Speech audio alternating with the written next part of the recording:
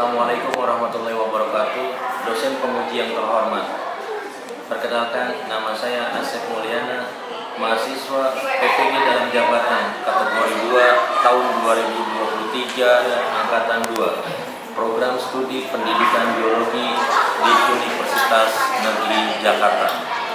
Pada kesempatan kali ini, saya akan menyampaikan materi tentang sintesis protein pada proses translasi. Mari kita saksikan bersama.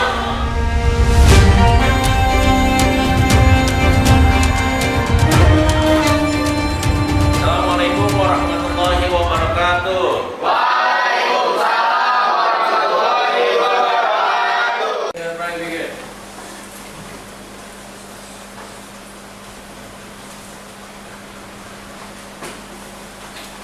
Finish. Greeting to our teacher. Assalamualaikum warahmatullahi wabarakatuh. Waalaikumsalam warahmatullahi wabarakatuh. Terima kasih.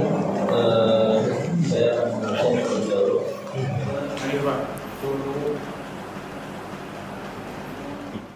Alia, Afri, Rafael, untuk pertemuan kali ini, yaitu kita akan masuk pada materi translasi. Namun sebelum masuk translasi, kita akan mengadakan pretest terlebih dahulu. Silakan Anda buka dari quiz video ini ya.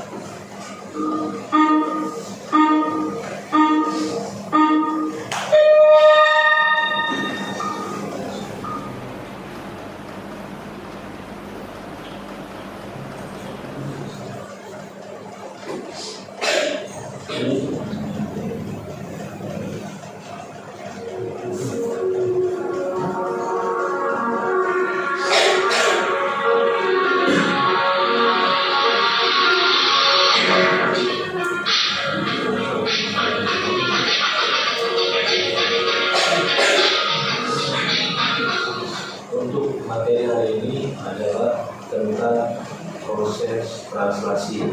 Kita perhatikan mulai dulu. Nah, proses sintesis protein itu akan melalui atau terjadi melalui dua tahapan, yaitu proses transkripsi dan translasi. Nah, pada pertemuan kali ini kita hanya akan membahas pada proses translasi saja, bagaimana proses pembentukan asam amino itu terbentuk dari proses penerjemahan kode genetik. Ya. Nah, kemudian apa yang dimaksud dengan translasi? Ada yang tahu yang dimaksud dengan translasi? Translasi itu adalah proses penerjemahan kode genetik. Ya. Lalu bagaimana tahap-tahap yang terjadi pada proses translasi? Tahap pada proses translasi itu akan melalui 3 tahapan. Nanti kita akan bahas di perhatikan video berikut ini. Nah, identifikasilah video berikut ini menjadi sebuah studi kasus, sehingga nanti kalian akan meneliti dari video ini. Tolong perhatikan baik-baik, oke? Adalah vaksin yang diklaim 90% efektif mencegah COVID-19. Vaksin ini dibuat oleh perusahaan farmasi asal Amerika Serikat Pfizer bersama mitranya BioNTech dari Jerman. Vaksin ini tidak mengandung virus corona yang sebenarnya. Vaksin Pfizer menggunakan pendekatan untaian asam ribonukleat atau pada vaksin Pfizer ini menggunakan mRNA untuk vaksin, dan mRNA messenger ribosome nucleic acid. Ya. Nanti kalian temukan permasalahannya berdasarkan hasil tampilan video berikut ini. RNA virus. Dilansir dari CNBC, mRNA adalah molekul dalam tubuh yang membawa informasi genetik ke bagian sel yang menciptakan protein. Dengan kata Nah, di mana mRNA ini akan berisikan informasi genetik yang akan dibawa ke dalam tubuh sehingga akan dideteksi awal oleh anti imunitas tubuh manusia dalam bentuk protein. Ilmuwan hanya mengambil kode genetik yang berisi informasi tentang protein spike virus corona. Protein spike adalah bagian virus corona yang digunakan untuk menyerang dan menginfeksi sel manusia.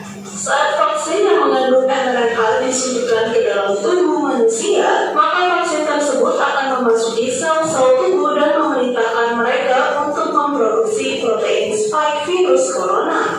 Kemudian, ini akan memicu tubuh memproduksi antibodi spesifik untuk memerangi protein spike virus corona. Jika tubuh terpapar virus corona penyebab COVID-19 yang sebenarnya, maka tubuh sudah ada antibodi untuk mencegah protein spike menginfeksi sel tubuh manusia. Saya akan membagi kalian ke dalam kelompok yang heterogen, di mana setiap kelompok itu beranggotakan 4-5 orang. Nah, silakan kalian duduk secara berkelompok.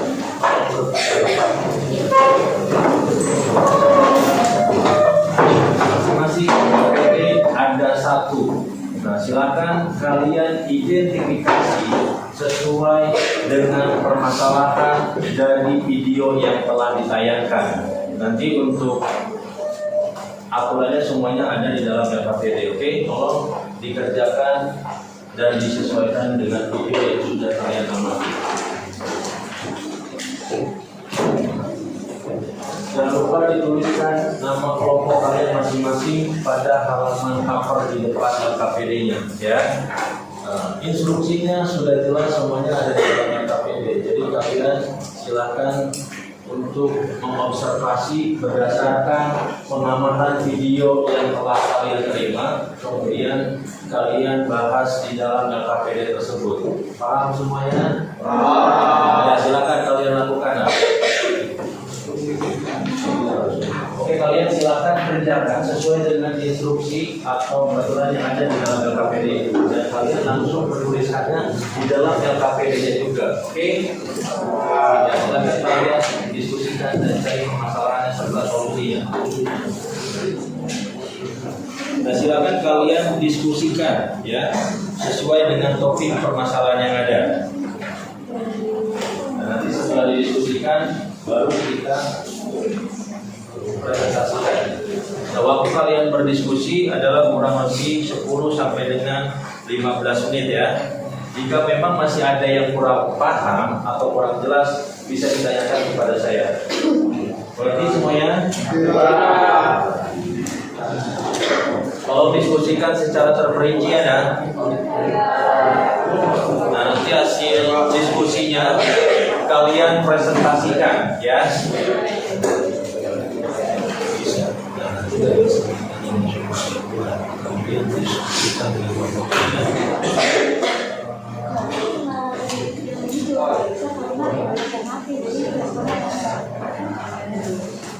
Dan nanti setelah selesai kalian berdiskusi, maka nanti saya minta perwakilan kelompok mana yang akan mempresentasikan hasil daripada diskusi kalian ya. Nah, nanti kelompok yang lain menanggapi kelompok yang berpresentasi di depan. Paham? Paham.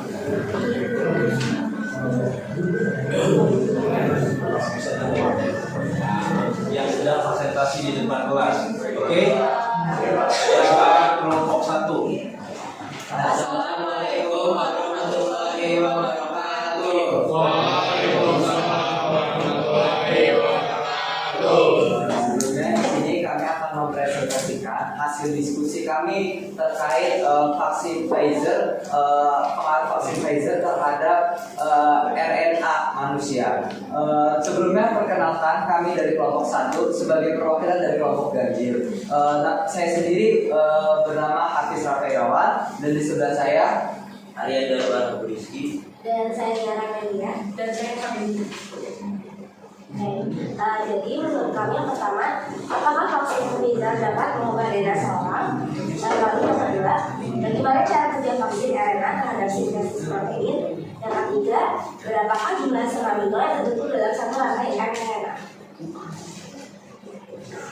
Selanjutnya itu menurut kami vaksin Pfizer ini tidak dapat mengubah DNA seseorang karena DNA bisa berubah hanya ketika DNA asing dimasukkan ke dalam inti sel manusia dan vaksin Pfizer ini tidak melakukan hal tersebut. Pertanyaan yang kedua, bagaimana cara kerja vaksin RNA terhadap sintesis protein? Menurut kami, ketika vaksin Pfizer disuntikan ke dalam tubuh manusia, maka secara langsung vaksin tersebut akan memproduksi protein spike untuk imunitas atau kekebalan tubuh, sehingga seseorang akan kebal dari virus COVID-19. Pertanyaan yang ketiga, berapakah jumlah asam amino yang terbentuk dalam satu rantai mRNA? Menurut kami, tergantung jumlah codon yang terdapat dalam satu rantai mRNA. Nah, berdasarkan informasi yang kami dapat dari beberapa sumber, baik dari buku ataupun dari internet, untuk menjawab pertanyaan nomor pertama, itu apakah vaksin Pfizer itu dapat mengubah DNA seseorang?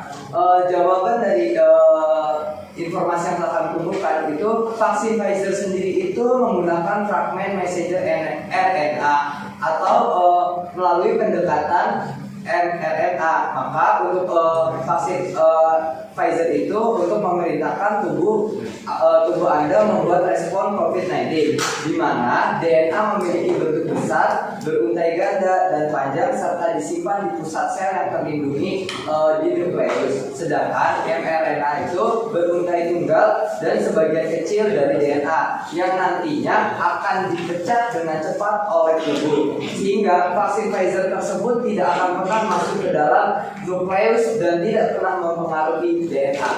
Nah, selanjutnya, pertanyaan selanjutnya itu adalah bagaimana cara kerja vaksin RNA terhadap sintesis protein. Nah, jadi ketika vaksin tersebut disuntikan ke lengan atas, mRNA tersebut akan memasuki sel di dekat tempat suntikan dan memberitahu sel untuk membuat protein yang sama.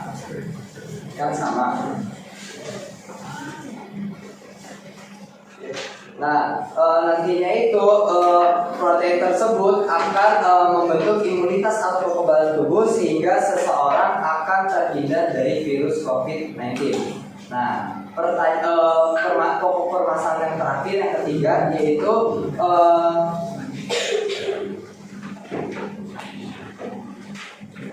berapakah jumlah asam amino yang terbentuk dalam satu rantai mRNA? Nah, berdasarkan informasi yang kami dapatkan dari beberapa sumber, itu sama seperti dugaan atau hipotesis yang kami simpulkan, yaitu tergantung jumlah codon yang terdapat dalam satu rantai mRNA. Gitu, Pak. Nah, terus habis itu untuk yang kegiatan 5-nya itu tuliskan kesimpulan pemecahan masalah. Nah, berdasarkan permasalahan yang kami dapatkan dari 3 permasalahan tersebut dapat disimpulkan bahwa vaksin Pfizer itu sendiri itu aman untuk digunakan untuk membasmi virus COVID-19 bagi manusia, karena vaksin Pfizer sendiri itu menggunakan pendekatan mRNA dan tidak mengubah DNA seseorang, dan vaksin mRNA sendiri itu tidak vaksin mRNA sendiri itu aman untuk digunakan oleh seseorang. Silakan dari kelompok lain ada yang mau ditanggapi atau ada yang mau ditanyakan, silakan angkat tangannya. Ya, ini dari kelompok berapa? Berdiri nah. Ya, kelompok berapa? Nah, atas nama? Ashila. Oke, silakan ditulis ya nanti pertanyaannya. Ya, langsung kalau enggak dijawab aja boleh. Silakan pertanyaannya. Mau nanya, apa sih produk utama yang digunakan dalam vaksin? Oke, bisa langsung dijawab ya. Ya, silakan. Produk utamanya itu dalam bentuk protein, yang dimana protein itu dalam bentuk asam amino. Silakan. Oke, pertanyaan kedua silakan. Izin bertanya, bagaimana sih yang digunakan pada proses translasi dalam sebuah protein? Oke, silakan dijawab. Oke, izin menjawab. untuk rantainya sendiri itu menggunakan rantai mRNA karena pada proses ini akan membentuk sebuah polipeptida menjadi asam amino. Nah, asam amino tersebut akan terbentuk tergantung dari kodon yang terdapat pada rantai mRNA. Ada lagi yang mau ditanyakan? Silakan. Oh ya, silakan. Saya dari kelompok 7 mau bertanya. Ya, sebutkan dulu nama saya. Boleh saya kelompok 7. Kita bersama tiga dari kelompok 7. Iya, silakan. Kelompok 7. Pertanyaan saya buat kelompok 1, bagaimana kaitan antara proses pembentukan asam amino dengan virus Pfizer ini? Oke. Untuk kaitannya sendiri itu sangat erat karena kedua-duanya itu sama-sama menggunakan RNA, baik transkripsi maupun translasi. Oke. Ada lagi yang mau ditanyakan? Silakan dari kelompok lain. Ya, tidak ada. Mungkin bisa disimpulkan kelompok ini. Oke, dapat disimpulkan seperti yang tadi saya sudah bilang bahwa vaksin Pfizer itu aman untuk digunakan oleh manusia untuk terhindar dari virus COVID-19 karena vaksin Pfizer itu menggunakan metode pendekatan mRNA terhadap sintesis protein. Itu Pak. Silakan. Oke. Sekian presentasi dari kelompok kami. Kurang lebihnya mohon maaf. Wassalamualaikum warahmatullahi wabarakatuh.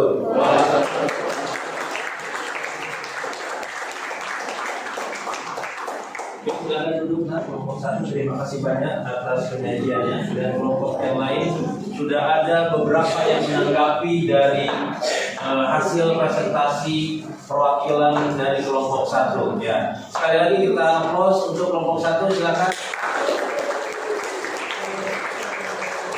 Oke, sekarang kita persilakan. Apakah ada lagi yang mau maju untuk kelompok berikutnya? Ya, silakan kelompoknya Nasya, yaitu kelompok 2. Nanti untuk kelompok lain tolong dicermati dan didengarkan terlebih dahulu presentasi dari kelompok 2, yaitu kelompok Nasya, bagaimana seperti apa, dan tolong ditanggapi, serta jika memang ada yang kurang jelas atau kurang paham bisa ditanyakan langsung kepada kelompok 2. Mengerti semuanya? Oke, silakan kelompok 2 dimulai. Assalamualaikum warahmatullahi wabarakatuh. Waalaikumsalam warahmatullahi wabarakatuh. Kami dari kelompok 6 ingin mempresentasikan ulang tentang hasil diskusi kami mengenai vaksin di Pfizer. Nah, sebelum itu izinkan kami memperkenalkan diri. Perkenalkan, nama saya Prizia Mauida. Kali ini saya tidak sendiri dan saya ditemani oleh teman saya. Perkenalkan, nama saya Nasya Widya. Perkenalkan, nama saya Ibrahim Nandi. Perkenalkan, nama saya Faisal Jaki. Oke, sebelum itu izinkan saya memulai. Jadi soal pertama ini, mengapa vaksin Pfizer sempat ditolak oleh banyak pihak? Yang kedua, apa hubungan vaksin Pfizer, mRNA, dan sintesis protein? Yang ketiga, apa nama rantai yang berfungsi sebagai penerjemah kode genetik ke dalam asam amino?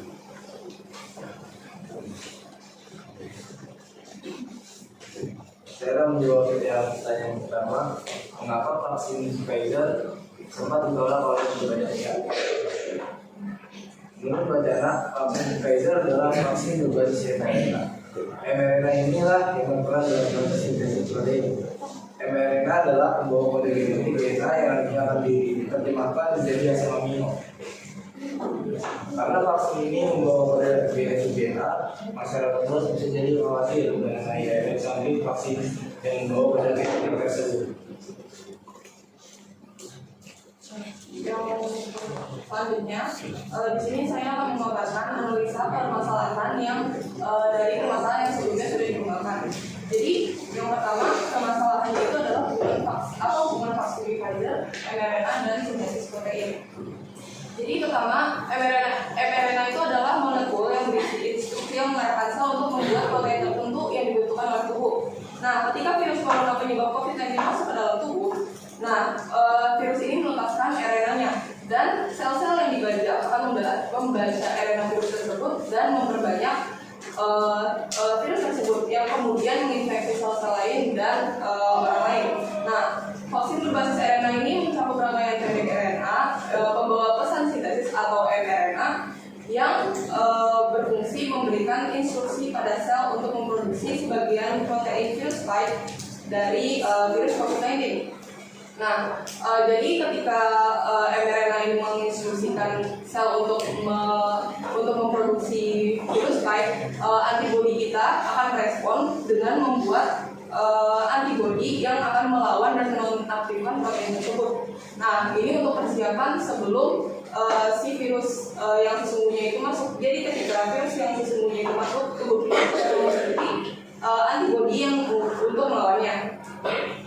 Terus yang kedua itu permasalahannya adalah kenapa vaksin Pfizer ini dikhawatirkan atau dibawa banyak pihak. Hipotesis kami sebelumnya adalah masyarakat khawatir karena bisa jadi masyarakat khawatir karena takutnya vaksin ini mengubah DNA tubuh karena vaksin ini membawa mRNA.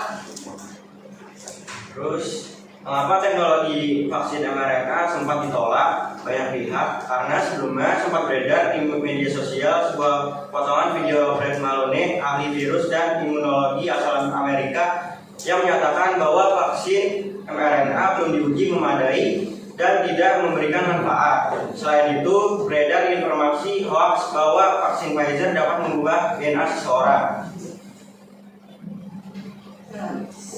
Selanjutnya hasil kesimpulan dari pembedahan masalah dari kelompok kami adalah vaksin Pfizer adalah vaksin yang sudah teruji baik untuk kualitas maupun keamanannya. Nah, justru vaksin Pfizer ini terbukti lebih aman daripada jenis vaksin yang dibuat dengan metode melemahkan virus, karena vaksin ini langsung bekerja di dalam sel tubuh, menginstruksikan sel tubuh untuk membuat protein virus yang kemudian nantinya antibodi kita akan merespon protein virus tersebut dan membuat antibodi yang sesuai untuk melawan virus tersebut. Sekian presentasi dari kelompok kami. Ada yang ingin tanya? Oke, silakan, ada yang ingin ditanyakan dari kelompok berapa? Oke, kamu kelompok berapa dah? Ya, silakan berdiri. Siapa nama Anda? Saya Stefan dari kelompok 8. Izin bertanya, Ya. bagaimana cara mentranslasikan kode genetik ke dalam amino?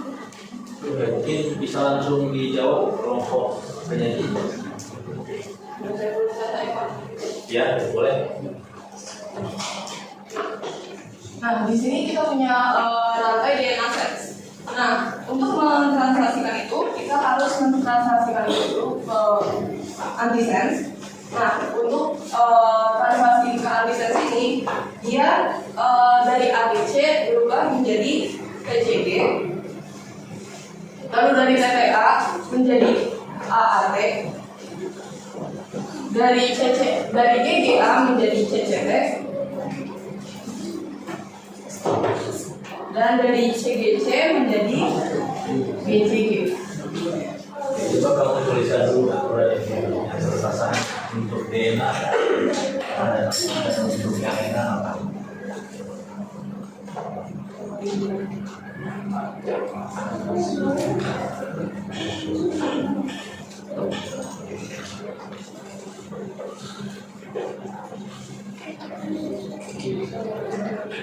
Nah, jadi untuk asalnya, kalau di DNA itu ADN itu berpasangan dengan ini dan guanin itu berpasangan dengan silasin.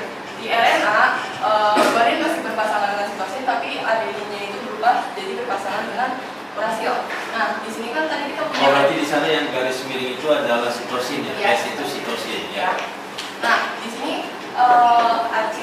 di sini kan kita punya ACG, TTA, GGA, dan CGC. Nah, sesuai aturan di sini A itu berubah menjadi T. Nah, terus di sini TTA berubah menjadi AAT, GGA menjadi CCT, dan CGC menjadi BCG. Maaf, bila ada salah kata. Wassalamualaikum warahmatullahi wabarakatuh. Oke, maksudnya saya.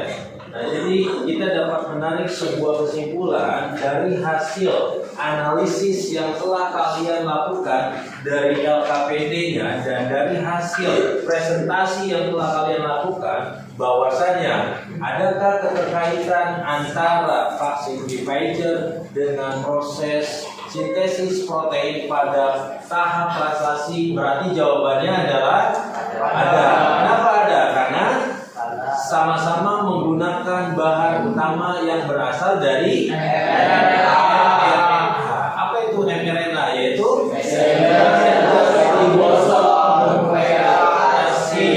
Oke, nah perhatikan PPT berikut ini. Dari sana terdapat proses sintesis protein. Ya, saya akan melakukan proses penajaman terhadap apa yang sudah kalian lakukan dengan materi pada sintesis protein di tahap translasi. Nah, proses sintesis protein itu akan terjadi melalui dua tahapan. Yang pertama adalah tahapan transkripsi, ya, seperti minggu lalu yang sudah kita bahas. Oke, bagaimana tadi kita menentukan dari rantai DNA dan RNA dengan aturan keduanya ini masing-masing memiliki basa purin dan basa pirin, dan nanti akan memiliki pasangan. Di DNA ada pasangan yang namanya adenin akan selalu berpasangan dengan timin, dan guanin akan selalu berpasangan dengan sitosin. Nah, itu pada DNA. Sedangkan pada RNA ada pasangan, yaitu pasangannya antara adenin akan selalu berpasangan dengan urasil.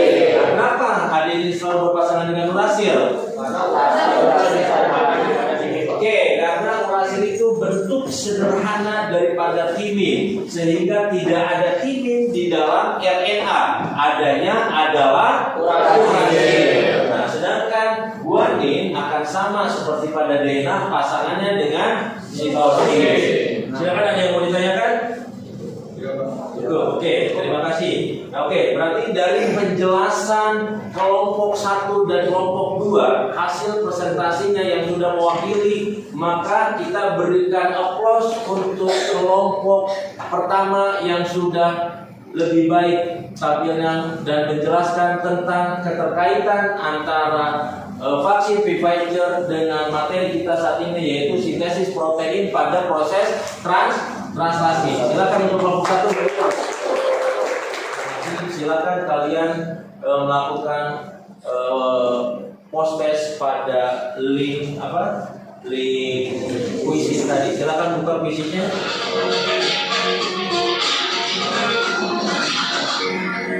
Oke, sudah semua ya. Nanti tinggal kita hasilnya bagaimana dan seperti apa dari pretest dan post test nanti di pertemuan yang akan datang akan saya bagikan. Oke, bagaimana menurut kalian pengalaman untuk proses belajar hari ini? Silakan. Serunya dari mana, Kak? Serunya dari kita bisa tahu Pak sintesis protein itu gimana isinya. Ya, terus dari kita tahu mRNA itu dalam berpikir gimana cara kerjanya. Kalau mengerjakan masalah sendiri, kita membuat masalah sendiri, kita memisahkan sendiri juga. Jadi kita lebih tahu apa itu DNA, RNA, dan fungsi-fungsinya dan kaitannya dengan vaksin Pfizer. Oke, terima kasih. Oke, terima kasih untuk perhatian hari ini. Nah, untuk mengakhiri kegiatan hari ini, jangan lupa nanti untuk minggu depan di pertemuan yang akan datang kita sudah akan masuk kepada bab berikutnya, yaitu tentang proses pembelahan sel. Karena proses pembelahan sel itu ada 3 proses, ya, antara pembelahan mitosis, ya, mitosis dan meiosis. Oke, jangan lupa untuk mempelajari terlebih dahulu sebelum kita masuk pada bab tersebut di minggu yang akan datang. Paham semuanya? Oke, terima kasih untuk hari ini atas segala perhatiannya. Saya ucapkan terima kasih dan mohon maaf. Saya akhiri. Wassalamualaikum warahmatullahi wabarakatuh. Waalaikumsalam warahmatullahi wabarakatuh.